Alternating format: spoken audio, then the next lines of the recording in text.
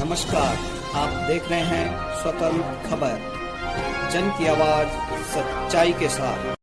नमस्कार, मैं आज नगर पंचायत सतपुली में खड़ा हूं और यहां पर मेरे साथ राजकीय शिक्षक संघ जो है पूरे प्रदेश स्तर पर चलाया जाता है, लेकिन जिला कार्यकारिणी के यहाँ पर चुनाव होने हैं और जिला कार्यकारिणी के जो चुनाव होने हैं मेरे साथ जीआईसी बिलखेत के जो अध्यापक हैं वो यहाँ पर मौजूद हैं। सबसे पहले उनका नाम जान लेते हैं। आपका स्वागत है इस चैनल पर, मेरे चैनल पर। आपका शुभ नाम? मेरा नाम सर, पहले तो बहुत बहुत धन्यवाद आपका। मेरा नाम धर्मेंद्र सिंह नेगी है और मैं अटल उत्कृष्ट राजकीय इंटरमीडिएट कॉलेज बिलखेत में अंग्रेजी प्रवक्ता पद पर कार्यरत हूँ।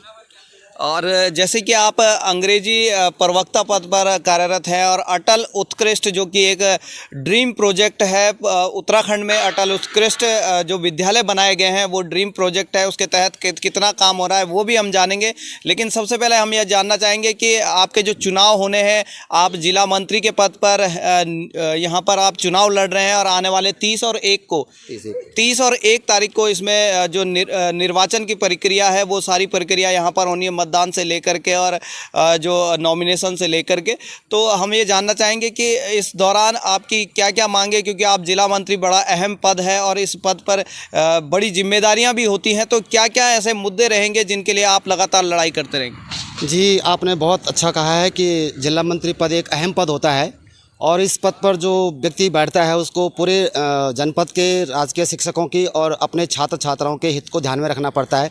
मेरी छात्र हित में सबसे पहली प्रमुख मांग शासन से ये रहेगी कि जितने भी आज पूरे उत्तराखंड में, मैं अपने जनपद की बात नहीं कर रहा हूँ, मैं पूरे उत्तराखंड की बात कर रहा हूँ कि इस उत्तराखंड में आज तमाम विद्यालयों में प्रधानाचार्यों के पद रिक्त पड़े हुए हैं और वर्षों से इसमें कोई पदोन्नति नहीं हुई है। विभागीय पदोन्नति के मैं मांग करता हूँ कि जितने भी LT के हमारे अध्यापक हैं और जितने भी हमारे प्रवक्ता पद पर आसीन हैं, उनका बहुत लंबे समय से उनको इंतज़ार है कि किस समय ये रिक्त जो पद पड़े हुए हैं इन पर इनको फिलअप किया जाएगा, कब इनकी पदोन्नति होगी प्रधानाचार्य के पदों पर। और निश्चित रूप से प्रधानाचार्य के पद यदि किसी संस्थान में खाली पड़े हुए हैं तो उस संस्थान के छात्र छात्राओं के अहित होने का बहुत बड़ी जिम्मेदारी तो शासन और प्रशासन के और विभाग की ही बनती है। और इस प्रकार से मैं चाहता हूं कि बहुत शीघ्र ही यदि इस पर कार्रवाई नहीं की गई तो आने वाले समय में छात्र छात्राओं के लिए बहुत बड़ा खतरा होने वाला है। और जिस प्रकार से एक परिवार को चलाने के लिए एक परिवार के मुखिया की ज़रूरत पड़ती है, उसी प्रकार से संस्थान को चलाने के लिए भी प्रधानाचार्य की नियुक्ति नितांत आवश्यक है। इसके लिए हम अपनी मांग को शासन प्रशासन के रूप में पहली प्राथमिकता देंगे और यदि मैं जिला मंत्री पद पर नियुक्त हुआ और मुझे शिक्षकों ने अपना अपार समर्थन प्रदान किया तो मेरी पहली प्राथमिकता यही रहेगी कि मैं जो प्रधानाचार्य के पद रिक्त हैं उनके पक्ष में कार्रवाई करूं। और दूसरी बात, सबसे पहली बड़ी बात यह है कि आज पूरे उत्तराखंड में जो प्रभारी प्रधानाचार्य बने हुए हैं उनके पास कोई पावर नहीं है, उनके पास DDO पावर नहीं है, उनके पास विद्यालय को संचालित करने का कोई अधिकार क्षेत्र नहीं, संवैधानिक क्षेत्र नहीं है। उनका अपॉइंटमेंट हुआ है वो एक प्रवक्ता के रूप में हुआ, एक सहायक अध्यापक के रूप में हुआ।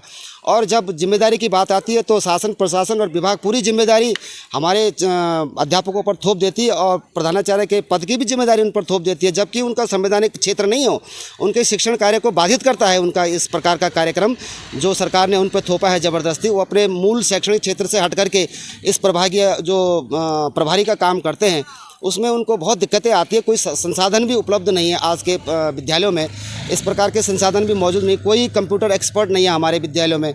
आज देखेंगे तो दूसरा मुद्दा मेरा सबसे जो अहम रहेगा वो LT से जो पदोन्नतियाँ रुकी हुई हैं वर्षों से, अभी तक ये लगा लीजिए कि 10-12 साल से किसी प्रकार की पदोन्नति नहीं हुई है। LT के जो सहायक अध्यापक है वो इस पदोन्नति की बाट जो रहे हैं, तो इस पर भी काम किया जाएगा। और तीसरी जो प्रमुख मांग रहेगी मेरी कि अटल उत्कृष्ट विद्यालय जो उत्तराखंड सरकार का ड्रीम प्रोजेक्ट रहा है, उस ड्रीम प्रोजेक्ट के तहत सरकार ने CBSE से एफिलेटेड तो विद्यालयों को कर दिया है, लेकिन उनके लिए संसाधन अभी तक नहीं जुटाए हैं, ना उनकी नियमावली बनी है कि कौन से किस प्रकार का इसमें इंफ्रास्ट्रक्चर जुड़ेगा, सरकार की क्या नियमावली होगी, किस प्रकार के। यहाँ पर टीचर आम दिन यही एक प्रश्न करता है कि क्या अटल उत्कृष्ट विद्यालय में रहने वाला अध्यापक अपना ट्रांसफ़र करवा सकता है? यदि वो ट्रांसफ़र करवा सकता है तो उसकी नियमावली क्या है, कहाँ से वो नियमावली मिलेगी? और CBSE के सबसे अहम जो समस्या है वो आज छात्र छात्राओं के लिए ये बनी हुई है कि उनका जो सेंटर है उस सेंटर के लिए बहुत बड़ी प्रॉब्लम हो रही है कि वो कहाँ जाएंगे। गरीब छात्र हैं, फीस देने में असमर्थ हैं और दूर दराज क्षेत्र, पहाड़ी क्षेत्रों से होते हुए विद्यालय तक पहुँचते हैं। और इस प्रॉब्लम को देखते हुए यदि उनका सेंटर भी दूसरे जगह ट्रांसफ़र कर दिया जाएगा तो उनके लिए बहुत बड़ी दिक्कत आने वाली है।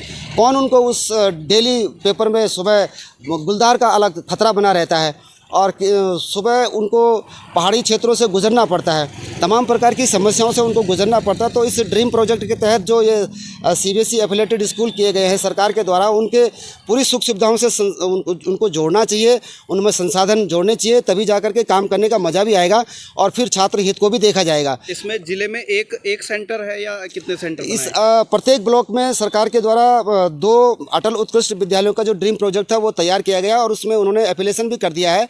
और प्रत्येक ब्लॉक में एग्जाम सेंटर की हम बात हाँ, कर रहे हैं तो वो एग्जाम सेंटर अभी कंफर्म नहीं है। ऐसे सुनने में आया है कि जैसे अटल उत्कृष्ट राजकीय इंटरमीडिएट कॉलेज बिलखेत के सेंटर की बात आती है तो वो नवोदय विद्यालय खैरासण में करने की बात हो रही है।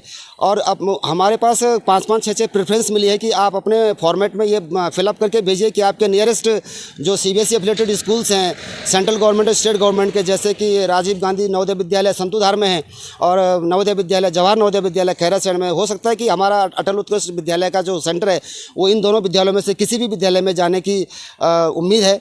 और बहुत दूर है राजीव गांधी नवोदय विद्यालय, यहाँ से 50 किलोमीटर दूर है हमारे राजकीय इंटरमीडिएट कॉलेज बिलखेत से, और नवोदय विद्यालय हमारे राजकीय इंटरमीडिएट कॉलेज बिलखेत से कम 12 किलोमीटर दूर है। और फिर यातायात साधनों की भी बहुत कमी है। तो मैं चाहता हूँ कि सरकार इस ड्रीम प्रोजेक्ट पर काम जरूर करे लेकिन संसाधनों की भी सुविधा उपलब्ध करवाए। देखिए, बड़ी अहम बात इन्होंने कह दी कि उत्तराखंड सरकार का एक ड्रीम प्रोजेक्ट सीबीएसई के तहत अटल उत्कृष्ट विद्यालय को खोलना, और उन विद्यालयों का जब सेंटर की बात आती है, ये बिलखेत है, बिलखेत तो शायद खैरासैंण से नज़दीक हो सकता है कि यहाँ पर कम दूरी है, लेकिन कुछ विद्यालय ऐसे भी हैं जहाँ पर इन जो सीबीएसई पैटर्न के जो विद्यालय हैं उनकी दूरी लगभग 100 किलोमीटर मानी जाती है। तो कहाँ से 100 किलोमीटर की दूरी तय कर वो बच्चे यहाँ पर पहुँचेंगे, या तो उन्हें रात को रहना पड़ेगा, किस तरह विषम परिस्थितियों में एक तरफ एग्ज़ाम की टेंशन बच्चे को रहेगी और दूसरी तरफ रहने खाने और एग्ज़ाम सेंटर तक पहुंचने की टेंशन रहेगी उसको। तो किस तरह से बच्चा इस प्रकार के एग्ज़ाम, वो बोर्ड का एग्ज़ाम होगा, बड़ा अहम एग्ज़ाम होता है बच्चे के लिए 10th और 12th के बोर्ड का एग्ज़ाम, और किस तरह ये बच्चा इस पर कार्य कर पाएगा। तो सरकार को इस तरफ ज़रूर सोचना चाहिए।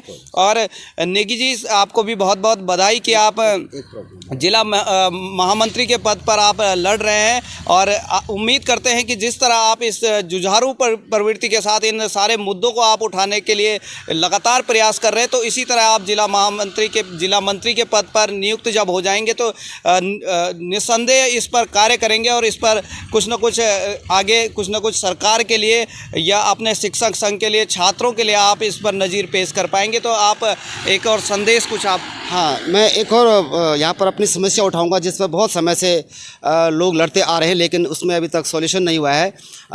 जिस प्रकार से हमने देखा कि पब्लिक सेवा में जैसे हमारे पंचायत मंत्री हैं, उनको आज ग्राम विकास अधिकारी का पद मिल चुका है, पदनाम मिला हुआ है ग्राम विकास अधिकारी का। और इसी प्रकार से पटवारी हैं तो उन पटवारियों को उप राजस्व निरीक्षक का पदनाम मिल गया, टाइटल मिल गया, सम्मान का टाइटल है, और वो सम्मान से उस टाइटल के साथ अपने नौकरी पेशा करते हैं। लेकिन हमारे विभाग में बहुत समय से पड़ी हुई एक लंबित मांग प्रधानाध्यापक, जिसको हाई स्कूल में प्रधानाध्यापक अपग्रेड किया जाता है, उसको हम ये चाहते हैं कि उप प्रधानाचार्य का पदनाम उनको मिले, उस टाइटल मिले।